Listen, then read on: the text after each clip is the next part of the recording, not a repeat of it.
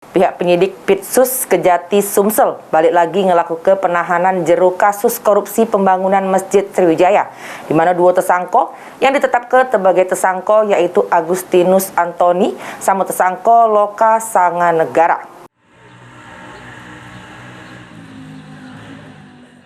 Pihak penyidik dari Pidana Khusus Kejati Sumsel yang tengah meriksoi kasus korupsi pembangunan Masjid Sriwijaya balik lagi ngelakukan penahanan terhadap dua tersangka, di mana kedua tersangka yang ditahan ialah TSK Agustinus Antoni, Kabak Anggaran BPKAD Sumsel, sama tersangka Leka Sanganegara sebagai leader proyek PT Indah Karya.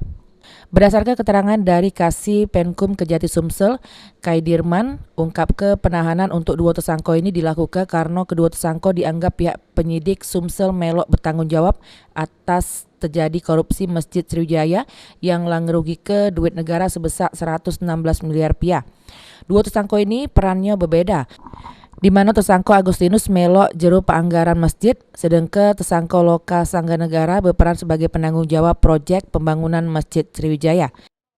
Ya, jadi begini, hari ini Kejaksaan Tinggi Sumatera Selatan dalam melakukan penyidikan tindak pidana korupsi pembangunan masjid, itu kan yang menggunakan dana hibah tahun 2015 dan tahun 2017, telah melakukan penahanan terhadap dua tersangka, inisial LS dan inisial AA.